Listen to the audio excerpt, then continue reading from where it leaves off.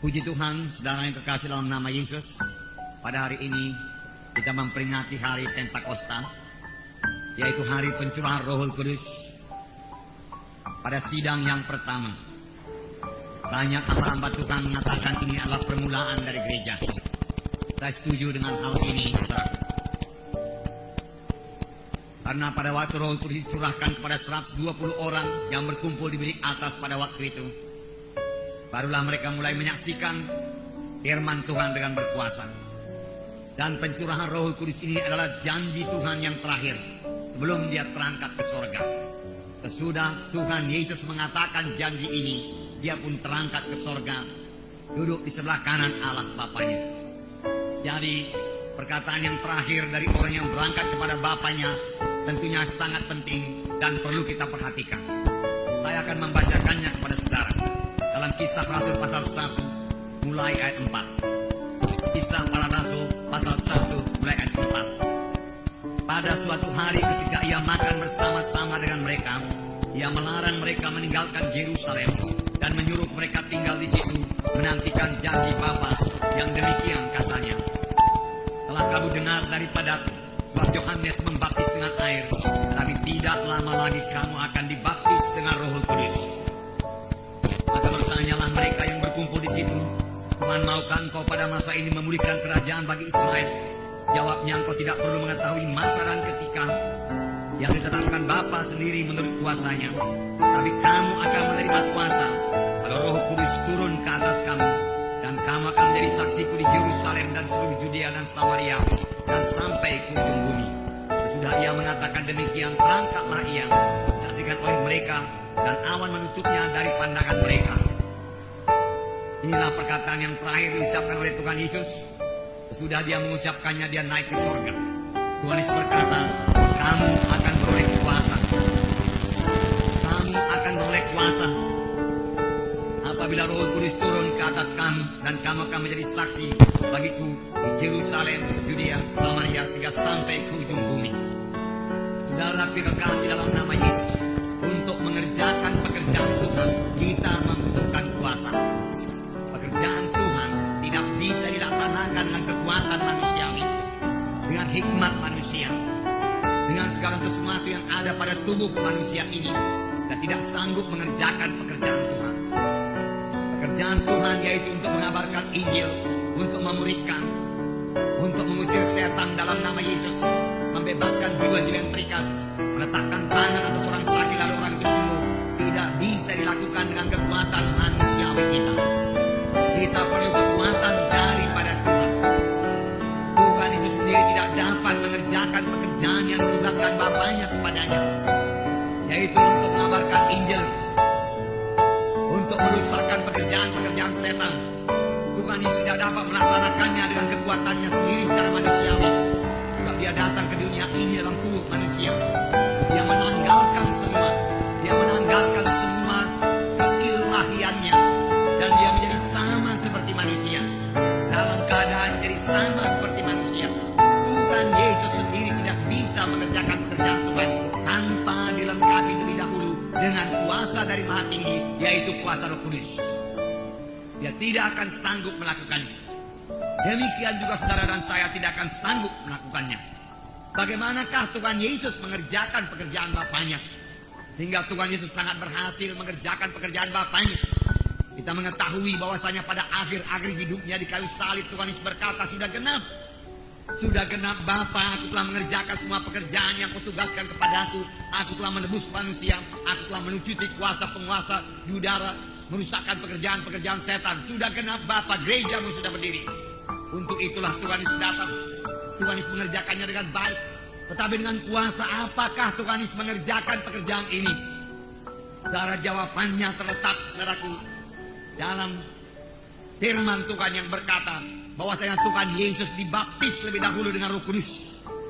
Sesudah Tuhan Yesus dibaptis dengan Roh Kudus, yaitu sesudah Roh Kudus turun ke atasnya berlembaga sebagai seekor merpati, disitulah baru dimulai pelayanan Tuhan Yesus yang sesungguhnya, yaitu pada waktu dia berumur 30 tahun. Sebelum itu dia tidak melayani. Walaupun dia pernah mengajar di bait Allah, dia tidak mengerjakan tanda jahit mujizat, dia tidak mengusir setan, dia tidak menyembuhkan penyakit. Tidak. Tetapi sudah Roh Kudus turun ke atasnya, barulah dia mulai pelayanan yang sesungguhnya. Satu pelayanan yang berkuasa, satu pelayanan yang diurapi Roh Kudus, satu pelayanan kelepasan, satu pelayanan yang penuh dengan kuasa dan tanda ajaib. Dalam Lukas pasal 3 dituliskan mengenai baptisan Tuhan Yesus. Lukas pasal 3 ayat 21. Saya membacakan pada saudara. Ketika seluruh orang banyak itu telah dibaptis, dan ketika Yesus juga dibaptis dan sedang berdoa, terbukalah langit dan turunlah Roh Kudus dalam rupa burung merpati ke atasnya. Dan terdengar suara dari langit, engkaulah anak yang kukasihi, kepadamulah aku berkenan. Ini terjadi waktu pembaptisan yang dilaksanakan oleh Yohanes Pembaptis di Sungai Yordan. Seluruh Yerusalem, Judea, Samaria datang untuk dibaptiskan. Yesus datang kepada pembaptisan Yohanes Pembaptis dan berkata, baptislah aku. Yohanes Pembaptis berkata, mengapa engkau yang datang kepada aku, seharusnya aku yang datang kepadamu. Biarlah supaya kita mengenapkan semua yang berkenan kepada Tuhan, pada Allah. Yesus berkata, lalu Yesus memberi dirinya dibaptis, ditenggelamkan dalam air di Sungai Yordan. Sesudah Yesus dibaptis, pada waktu Yesus dibaptis, Roh Kudus turun ke atasnya, berlembaga sebagai seekor merpati.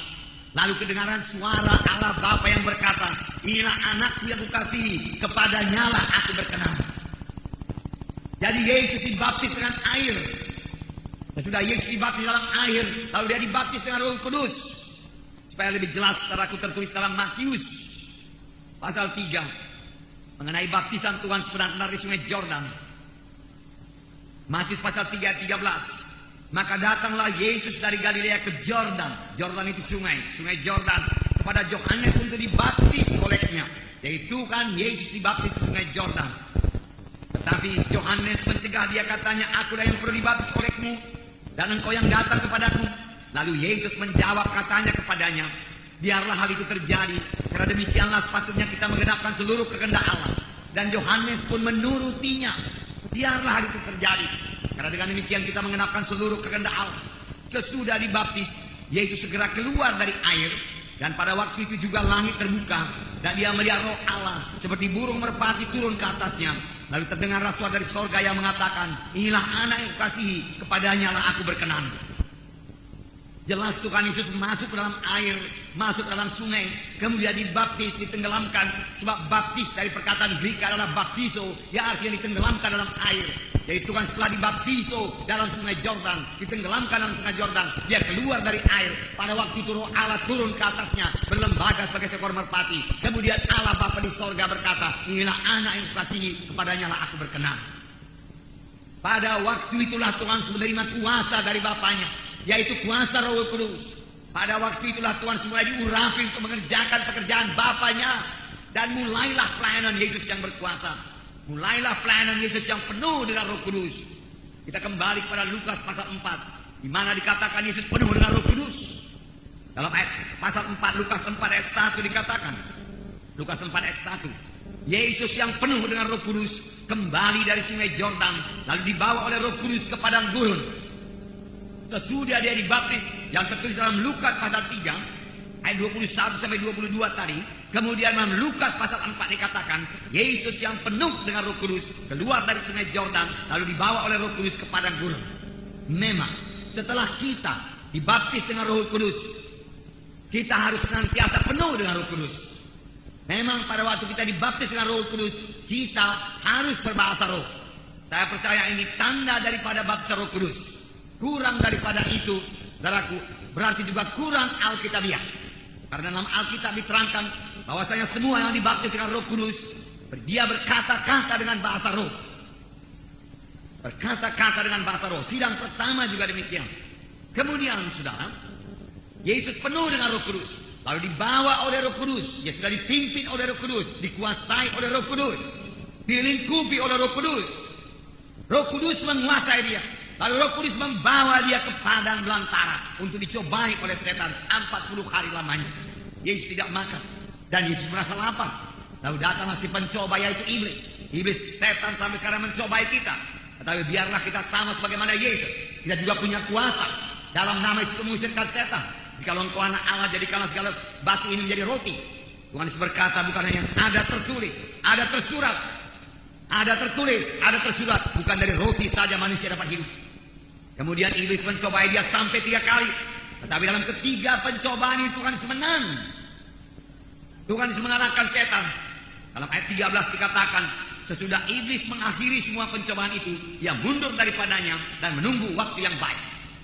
Kemudian dalam ayat 14 dikatakan, dalam kuasa roh kembalilah Yesus ke Galilea, dan tersiarlah kabar tentang dia di seluruh daerah itu. Sementara itu ia mengajar di rumah-rumah ibadat di situ, dan semua orang memuji dia. Dalam ayat 14 dikatakan setelah selesai pencobaan, dalam kuasa roh, bukan kuasa yang lain. Dalam kuasa Roh Kudus, Tuhan Yesus kembali ke Galilea. Dia penuh dengan Roh Kudus, dia dikuasai dengan Roh Kudus. Saudara, dan dia mulai pelayanannya.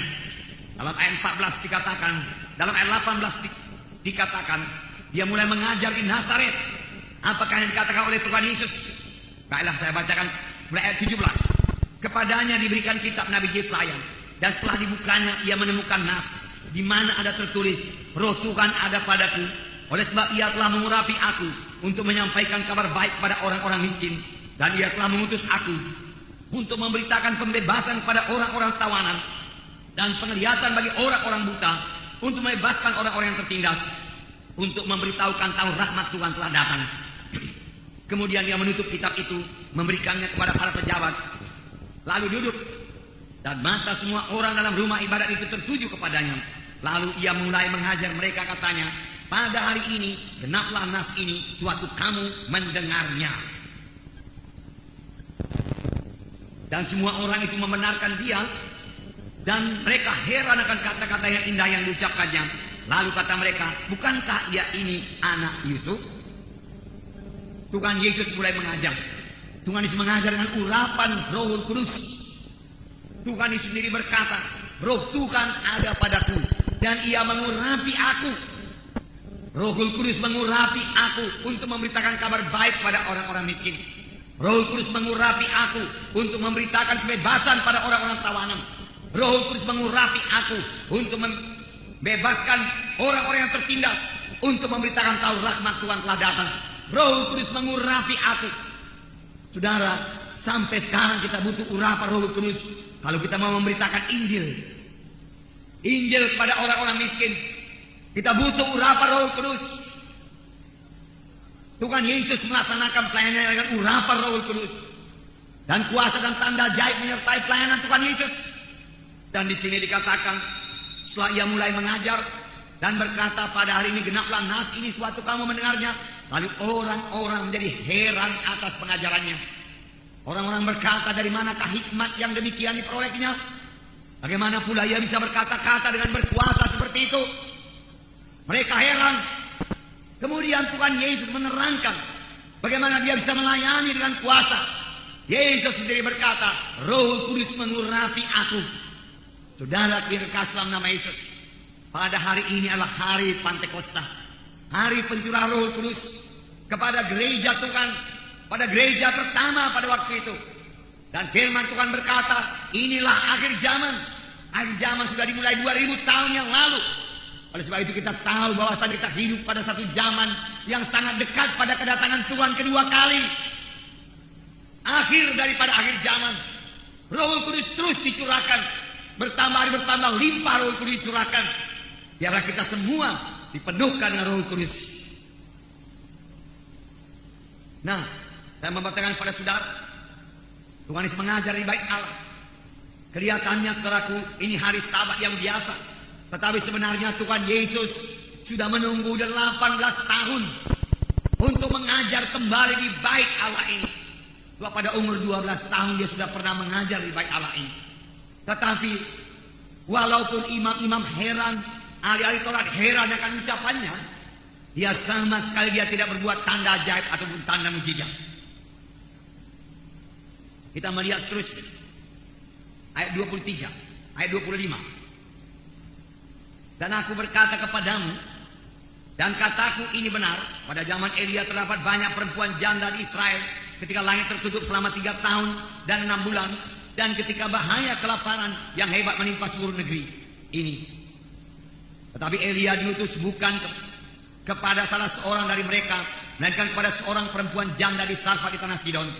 Dan pada zaman Elisa banyak orang kusta di Israel, dan tidak ada seorang pun dari mereka yang ditahirkan selain daripada Naaman orang Syria itu. Mendengar itu sangat marahlah semua orang yang di rumah ibadat itu. Mereka bangun lalu menghalau Yesus keluar kota dan membawa dia ke tebing gunung, ke tempat kota itu terletak, untuk melemparkan dia dari tebing itu. Tetapi ia berjalan lewat dari tengah-tengah mereka lalu pergi.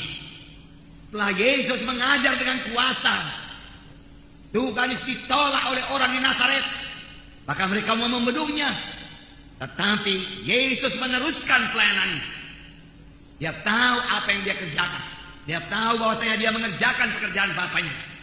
Ayat 31. Kemudian Yesus pergi ke Kapernaum, di sebuah kota di Galilea, lalu mengajar di situ pada hari-hari Sabat. Mereka takjub mendengar pengajarannya, sebab perkataannya penuh kuasa. Mereka takjub mendengar perkataannya, sebab perkataannya penuh kuasa.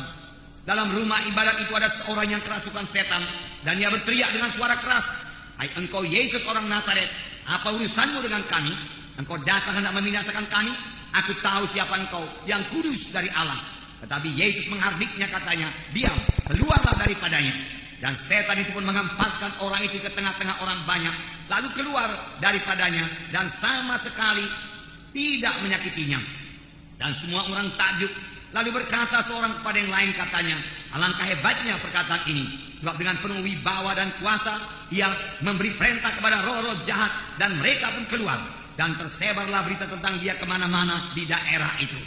Haleluya. Inilah dia pengajaran Tuhan Yesus yang penuh dengan kuasa. Tuhan menghendaki gerejanya juga memiliki kuasa yang sama seperti yang ada pada Tuhan Yesus. Apakah yang ada pada Tuhan Yesus? Urapan Roh Kudus. Di manakah urapan Roh Kudus sekarang? Urapan Roh Kudus tersedia bagi gereja sekarang. Lihatlah pemberitaan Tuhan Yesus. Tuhan mau pemberitaan gereja juga seperti ini. Dikatakan di sini, mereka takjub mendengar pengajarannya, sebab perkataannya penuh kuasa. Perkataan Tuhan penuh kuasa. Kita melihat tadi bahwasanya Tuhan berkata, menghardik setan, dan setan keluar dari orang tersebut. Karena pada dalam rumah ibadah itu ada orang yang kerasukan setan, dan setan berteriak dengan suara keras. Saudara yang kasih dalam nama itu, setan tidak tahan melihat orang yang penuh dengan Roh Kudus. Setan tidak tahan melihat Yesus masuk rumah ibadat, karena Yesus penuh dengan Roh Kudus. Setan berteriak. Apakah dikatakan setan? Tentunya dari orang yang kerasukan itu yang bicara. "Hai engkau Yesus orang Nazaret, apa urusanmu dengan kami?" Setan gelisah. "Hai engkau orang Nazaret, apa urusanmu dengan kami? Engkau datang hendak membinasakan kami?" Setan sudah ketakutan. "Aku tahu siapa engkau, yang kudus daripada Allah." Dan Tuhan Yesus berkata, di sini dikatakan dalam ayat 35, tetapi Yesus menghardiknya. Jadi Yesus menghardik setan. Setan memang perlu dihardik. Jangan takut kepada setan. Karena Tuhan telah memberikan kuasa kepada kita untuk mengusir setan. Kalau mengusir setan juga berarti menghardik setan. Menghardik sama seperti kita mengusir anjing. Bagaimana kita mengusir anjing? Hus, pergi. Demikian kita menghardik setan. Jelas firman Tuhan berkata di sini, Yesus menghardik setan. Karena setan jahat, setan penipu, setan pencoba. Dia datang untuk mencuri, membunuh, membinasakan. Dia datang memberikan penyakit. Dia datang memberikan kegagalan. Dia datang menipu manusia ini. Dia datang mengikat manusia ini, menutup mata rohani manusia ini, sehingga manusia tidak mengenal, tidak melihat kebenaran. Oleh sebab itu kita perlu menghardik setan, mengusir setan dalam nama Yesus. Amin, saudara. Kita tidak perlu lemah lembut terhadap setan, tidak perlu. Tuhan tidak lemah lembut pada setan. Tuhan tidak berkata, "Hai setan, silahkanlah keluar dari orang ini. Sudah cukup lama engkau merasuknya, dia sangat menderita, pergilah engkau." Tidak. Tuhan menghardik setan. Jelas dikatakan dalam Alkitab, dalam ayat 35 tadi. Tetapi Yesus menghardiknya, katanya, "Diam, keluarlah daripadanya." Yesus bisa menghardik setan karena dia dipenuhi dengan Roh Kudus. Dia selalu penuh dengan Roh Kudus. Dan puji Tuhan, Roh Kudus yang sama memenuhkan saya. Roh Kudus yang sama memenuhkan saudara sekarang. Oleh sebab saudara punya kuasa untuk menghardik setan dalam nama Yesus. Biarlah setan setan berteriak kalau saudara datang kepada suatu tempat di mana ada setan. Misalnya saudara melayani ke desa-desa. Desa-desa banyak dukun-dukun. Saya harap tidak ada orang Kristen lagi saudaraku yang percaya pada dukun, apalagi pergi pada dukun. Orang dunia pun mulai menolak dukun pada saat ini. Setelah ada cerita di Sungai Semayang sana, di mana seorang dukun saudaraku bisa membunuh 42 orang menurut pengakuannya. Saudara, pekerjaan yang demikian saudara perlu dikutuk, saudara. Tapi saya lihat tidak ada koran yang mengutuk. Heran juga, saudara. Nah, saudara, 42 orang dia bunuh. Pelajaran saudara kepada orang yang mau berdukun-dukun. Bahwasanya dukun itu jahat. Dukun itu dikuasai oleh setan. Manusia tidak berbuat demikian. Saudaraku membunuh 42 manusia, saudara. Tapi dia dikuasai oleh setan. Sehingga dia tegah hati, saudaraku, membunuh 42 orang. Dan saya percaya dia akan menerima hukuman yang setimpal. Amin, saudara. Nah, apalagi orang Kristen. Firman Tuhan berkata, dukun-dukun itu kekejian pada Tuhan, kebencian pada Tuhan. Jangan dekati, jangan jamah, jangan pergi kepadanya, jangan minta pertolongannya. Karena kuasa yang ada pada kita jauh lebih besar daripada kuasa setan yang ada pada dukun. Amin. Haleluya. Bahkan kita bisa mengusir roh jahat yang pada dukun tersebut dalam nama Yesus. Tidak perlu takut pada dukun, tidak perlu takut kepada setan, perlu berbicara kepada setan, perlu menghardik setan dalam nama Yesus. Dan setan akan pergi dalam nama Yesus. Karena kuasa ada pada kita. Jangan katakan saya tidak punya kuasa. Saudaralah anak-anak Tuhan, orang percaya kepada Tuhan, sudah dibaptis dengan Roh Kudus, maka saudara memiliki kuasa untuk mengusirkan setan dalam nama Yesus. Setan-setan berteriak. Pada waktu dahulu kami melayani ke desa-desa. Kami mulai masuk ke desa. Setan-setan mulai mengganggu. Setan-setan berteriak melalui dukun-dukun. Setan-setan menantang pelayanan kami. Tapi Tuhan selalu memberikan kemenangan kepada kami. Kami mengusirkan setan dalam nama Yesus. Dan setan harus keluar dalam nama Yesus. Ini milik gereja. Tuhan mengendaki pada akhir zaman. Akhir zaman adalah masa gereja, bukan masanya setan. Akhir zaman adalah masa setan dikalahkan.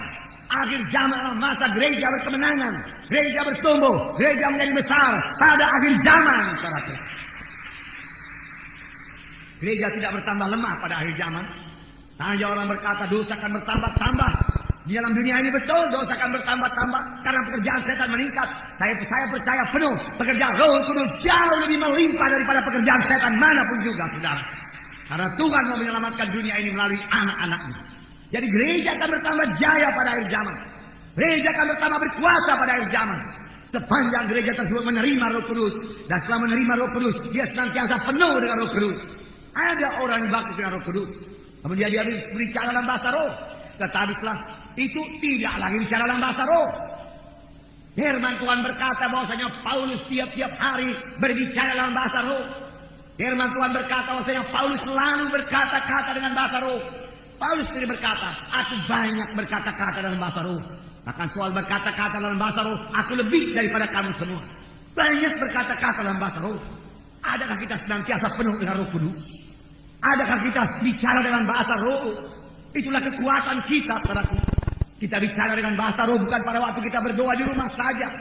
Memang berdoa di rumah bagi setiap anak-anak Tuhan harus dilaksanakan paling tidak 1 jam per hari. Saya katakan pada saudara, 1 jam per hari berdoa sambil berbahasa roh, sambil menerima kekuatan daripada Tuhan, menerima kesegaran daripada Tuhan, menerima pimpinan Roh Kudus. Pada waktu kita berdoa, kita menerima kekuatan. Pada waktu kita berdoa, kita menerima hikmat daripada Tuhan. Pada waktu kita berdoa, kita bersekutu dengan Tuhan. Kita berkata-kata dengan Tuhan. Dan Tuhan berkata-kata kepada kita.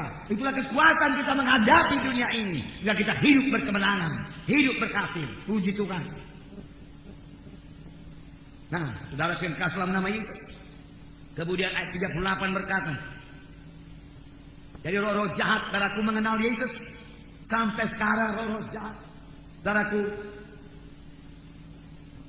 sampai sekarang roh-roh jahat mengenal orang-orang yang penuh dengan Roh Kudus. Nanti akan kita baca dalam pelayanan Paulus. Roh-roh jahat berkata, Paulus aku kenal, Yesus aku kenal, tapi engkau siapa? Katanya kepada anak-anak Skewa yang tidak penuh dengan Roh Kudus. Anak-anak imam Skewa mencoba mengusir setan. Setan tidak mau diusir. Setan berkata, Yesus aku kenal, Paulus aku kenal, tapi kamu siapa? Kamu bukan anak Tuhan. Kamu tidak penuh dengan Roh Kudus. Kamu tidak mau patuh kepadamu. Dan dengan segera dia menyerang anak-anak Skewa. Saudara, setan akan mengenal saudara kalau saudara penuh dengan Roh Kudus. Bahkan dia akan berteriak kalau saudara mulai menginjil, mulai memberitakan Injil. Reaksi akan datang karena kita anak-anak Tuhan dalam peperangan. Tapi saya katakan kepada saudara, kita tidak perlu takut kepada setan. Kapan setan datang, bicara kepada dalam nama Yesus. Bicara kepada setan dalam nama Yesus. Dan Yesus mengenal siapa saya. Iblis juga mengenal siapa saya. Setan juga mengenal siapa saya. Setan juga mengenal siapa saudara. Tetapi kita tidak perlu takut kepadanya. Usir saja dalam nama Yesus. Dia jahat, dia penipu, dia pencoba. Apa yang dikatakan tipuan semua. Jangan percayai apa yang dikatakan setan. Tuhan Yesus tidak mau mempercayai apa yang dikatakan setan. Tuhan Yesus berkata kepada setan berkata kepada Tuhan Yesus, sembahlah aku maka seluruh dunia ini kuberikan padamu. Tuhan Yesus sama sekali tidak percaya. Karena Tuhan Yesus mengetahui setan penipu. Dia tidak punya dunia ini. Dia tidak bisa berikan sama Tuhan Yesus. Dia penipu. Tuhan Yesus berkata, hanya Allah Tuhanmu saja yang patut disembah. Sampai sekarang setan penipu. Setan mau menipu. Setan berkata, engkau tidak akan sembuh lagi. Engkau akan mati. Engkau tidak akan berhasil. Engkau gagal. Engkau tidak punya kuasa. Engkau lemah. Dan lain sebagainya. Katakan, setan kau penipu. Aku anak-anak Tuhan. Aku orang yang diberkati Tuhan. Aku sudah bebas daripada kutuk dosa. Berkat Abraham jadi milikku. Aku punya kuasa dalam nama Yesus mengusir engkau. Dan sekarang setan dalam nama Yesus pergi engkau. Tinggalkan diriku dalam nama Yesus. Setan penipu. Jangan dengarkan omongannya. Dia bicara ke dalam pikiran kita. Tolak itu dalam nama Yesus. Lihat lagi pelayanan Tuhan Yesus. Yang penuh dengan kuasa. Mengapa kita perlu melihat pelayanan Tuhan Yesus ini? Karena roh yang sama, yaitu Roh Kudus yang melayani Tuhan Yesus, itu juga roh yang sama yang memenuhkan kita sekarang ini, yang mengurapi kita untuk melayani, supaya pelayanan kita juga sama seperti pelayanan Yesus. Disertai dengan kuasa dan tanda ajaib, disertai dengan kesembuhan, kelepasan, kebebasan. Gereja harus punya kuasa. Dari mulanya gereja punya kuasa. Gereja lahir dengan kuasa. Gereja akhir zaman lebih berkuasa lagi. Amin, saudara. Haleluya. Haleluya. Dan membaca terus ayat 38 Lukas pasal 4. Kemudian ia meninggalkan rumah ibadat itu dan pergi ke rumah Simon. Adapun ibu mertua Simon demam keras. Dan mereka meminta kepada Yesus supaya menolong dia. Maka ia berdiri di sisi perempuan itu, lalu menghardik demam itu, dan penyakit itu pun meninggalkan dia. Perempuan itu segera bangun dan melayani mereka. Saudara, kalau saudara baca dalam Alkitab, Yesus tidak pernah berdoa buat orang sakit. Nggak pernah. Apakah diperbuat Yesus terhadap orang sakit? Yesus mengucapkan firman Tuhan kepada orang sakit dan orang itu sembuh. Kepada orang yang lumpuh yang dibawa kepada Tuhan Yesus, diusung oleh 4 orang, kemudian diulurkan ke bawah. Waktu Tuhan mengajar di Kapernaum, Tuhan Yesus berkata, hai anakku, dosamu sudah diampuni. Tuhan Yesus tidak berdoa. Kemudian ahli-ahli Taurat berpikir, siapa orang ini yang berkuasa mengampuni dosa? Kemudian Tuhan Yesus berkata, mengapa kamu berpikir jahat demikian dalam hatimu? Rupanya Tuhan Yesus mengetahui isi hati kita. Mana kali lebih mudah mengatakan kepada orang lumpuh ini, dosamu sudah diampuni, atau mengatakan, berdirilah engkau, angkat tempat tidurmu dan berjalan. Tapi supaya engkau mengetahui bahwa anak manusia punya kuasa di bumi ini untuk mengampuni dosa, aku berkata kepadamu, bangkitlah engkau, angkat tempat tidurmu dan berjalan. Orang itu bangkit, mengangkat tempat tidurnya, berjalan, pulang ke rumah. Tuhan Yesus tidak berdoa, Bapa dalam surga kasihanilah orang miskin ini, Bapa orang lumpuh pula dia, Bapa sangat sengsara dia, Bapa sembuhkan dia, Bapa. Tidak. Dia mengucapkan perkataan yang berkuasa, perkataan yang berasal daripada Bapanya, perkataan yang diurapi oleh Roh Kudus, menjadi perkataan yang berkuasa, yang menurunkan kuasa Tuhan. Amin. Haleluya. Sampai sekarang ucapan anak-anak Tuhan harus berkuasa. Karena diurapi oleh Roh Kudus. Jangan hilang dari gereja. Untuk itu Roh Kudus diberikan. Memang saya percaya berkat daripada berkata-kata dengan bahasa roh. Karena firman Tuhan berkata, siapa yang berkata-kata dengan bahasa roh membangun dirinya sendiri. Saya suka membangun diri saya teguh dalam Tuhan. Oleh sebab itu saya banyak berkata-kata dengan bahasa roh. Siapa yang berkata-kata dengan bahasa roh bukan berkata-kata kepada manusia, tapi dia berkata-kata kepada Allah. Saya suka berkata-kata dalam bahasa roh karena pada saat saya berkata-kata kepada Allah dan Tuhan memberikan firman Tuhan kepada saya. Haleluya. Tetapi ada lagi gunanya yang lain. Gunanya yang lain supaya Roh Kudus membubuhkan perkataan pada mulut saudara dan saudara menyampaikan perkataan itu, dan perkataan itu menurunkan kuasa Tuhan, membawa berkat bagi jiwa-jiwa, sehingga yang sakit disembuhkan, yang terikat dibebaskan, yang punya masalah bebas daripada masalah-masalah dalam hidup ini. Amin. Haleluya. Itulah pekerjaan Roh Kudus. Itulah pekerjaan Roh Kudus. Di sini mak mentua Petrus demam. Yesus datang. Apakah diberbuat Tuhan Yesus? Yesus berdoa. Bukan salah berdoa orang ini. Saudara, bukan salah berdoa. Saudara boleh berdoa orang sakit dan meletakkan tangan seorang sakit. Tetapi ada saatnya Roh Kudus memerintahkan kita ucapkan firman Tuhan pada orang sakit tersebut. Itu saatnya kita mengucapkan perkataan dan kuasa Tuhan terjadi. Ini dikatakan ayat 39, maka ia berdiri di sisi perempuan itu lalu menghardik demam itu, dan penyakit itu pun meninggalkan dia. Perempuan itu segera bangun dan melayani mereka. Menghardik demam. Bagaimana kira-kira menghardik demam? Demam dihardik oleh Tuhan itu. Demam dalam nama Yesus keluar. Dari mak mentua Petrus ini dalam nama Yesus. Di dalam nama Yesus demam tinggalkan orang ini. Demi nama Yesus menghardik demam. Dan demam keluar. Dalam nama Yesus demam pergi. Demikian dengan roh penyakit yang lain. Dalam nama Yesus, roh kelemahan kau pergi. Tinggalkan saya dalam nama Yesus. Roh penyakit kau pergi, tinggalkan saya dalam nama Yesus. Amin saudara. Kita punya musuh yaitu setan. Jangan takut berbicara kepada setan. Berbicara kepada setan bukan berbicara beramah-ramahan kepada setan. Kita bicara kepada setan untuk mengusirkan dia, untuk menghardiknya dalam nama Yesus. Karena dia adalah musuh yang sudah dilucuti oleh Tuhan Yesus. Musuh yang sudah dikalahkan, tapi sangat berusaha menguasai manusia ini kembali. Tapi dia tidak akan berhasil untuk menguasai, untuk menipu, untuk mencobai anak-anak Tuhan yang penuh dengan Roh Kudus dan penuh dengan firman Tuhan. Haleluya. Haleluya. Selama kita perlu penuh dengan firman Tuhan. Haleluya. Nah, jadi Yesus punya otoritas, punya wibawa, punya kuasa. Setelah Roh Kudus turun kepadanya, setelah Roh Kudus mengurapi dia mulai pelayanan mengusir setan, menyembuhkan penyakit, membagikan orang lumpuh, mencelekkan mata yang buta. Setelah Roh Kudus turun kepadanya, dan Tuhan menghendaki anak-anaknya pada akhir zaman mengerjakan pekerjaan yang sama. Amin saudara. Ini berarti bukan gereja yang lemah. Mari kita bangun, mari kita bangkit, mari kita ketahui apa yang sudah menjadi milik kita. Banyak jiwa-jiwa di luar sana perlu pertolongan. Dan kita yang sudah dibaptis dengan Roh Kudus, mari penuh dengan Roh Kudus. Kemudian ada dua ayat lagi saya baca kepada saudara, ayat 40 dan 41. Ketika matahari terbenam, semua orang membawa kepadanya orang-orang sakitnya yang menderita bermacam-macam penyakit. Dia pun meletakkan tangannya atas mereka masing-masing dan menyembuhkan mereka.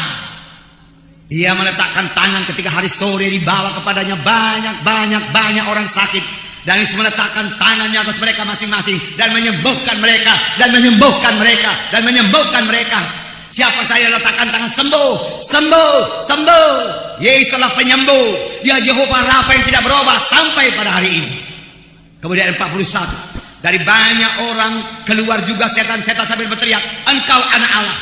Lalu ia dengan keras melarang mereka dan tidak memperbolehkan mereka berbicara, karena mereka tahu bahwa ia adalah Mesias. Yesus melarang setan, diam setan dalam nama Yesus. Engkau tidak bisa bicara dalam nama setan, diam. Inilah macamnya kuasa yang diberikan Tuhan pada kita juga, saudaraku. Inilah yang dimaksud oleh ayat tadi yang berkata, kamu akan beroleh kuasa kelak apabila Roh Kudus turun ke atas kamu, dan kamu menjadi saksi bagiku di Yerusalem, Yudea, Samaria, hingga sampai ke ujung bumi. Bukankah Tuhan Yesus berkata, kamu adalah saksi-saksiku? Bukankah Tuhan Yesus berkata, kamu adalah terang dunia ini, kamu adalah garam dunia ini, Kamu adalah saksi-saksiku. Saksi. Kamu akan beroleh kuasa. Saudara, Tuhan tidak membiarkan saya maju berperang melawan setan, menginjil seperti ini di kota dan di desa, di kota-kota lain juga menginjil, memberitakan Yesus adalah Mesias Juru Selamat tanpa melindungi saya. Karena saya anaknya, saya ambil dulu diri saya, karena ini berlaku juga bagi saudara sekalian. Kita ini semua anak-anak Tuhan. Tuhan tidak melepaskan saya saudara untuk berperang melawan setan tanpa senjata, tanpa kuasa. Saya akan diremuk redamkan oleh setan kalau demikian. Tetapi lebih dahulu Tuhan Yesus melengkapi saya dengan Roh Kudus, memenuhkan saya dengan Roh Kudus. Itu kuasa, itu urapan. Lalu saya maju dalam nama Yesus dan setan dikalahkan dan jiwa-jiwa saya rebut buat kerajaan sorga. Demikian juga saudara. Itulah macam pelayanan yang dikehendaki Tuhan dikerjakan gereja pada akhir zaman ini. Amin. Haleluya. Haleluya. Saudaraku, kamu akan beroleh kuasa. Tahukah saudara bahwasanya perkataan kuasa itu diambil daripada bahasa Greka, dari perkataan dunamis, yang berarti kamu akan beroleh kuasa yang mengadakan ledakan, kejutan. Orang-orang takjub waktu Yesus mengajar. Dari mana imannya ini? Bukankah dia ini anak Yusuf? Bukankah bapaknya di sini Yusuf tukang kayu? Bukankah saudara-saudaranya beserta dengan kita? Dari mana dia bisa mengajar seperti ini? Mereka tidak tahu bahwasanya Roh Kudus sudah mengurapi Yesus. Roh Kudus mengubahkan Tuhan Yesus. Roh Kudus memberikan kuasa kepada Tuhan Yesus. Lalu mereka takjub. Namun mereka tidak menerima pengajaran Yesus, bahkan mau membunuh Tuhan Yesus. Dunamis.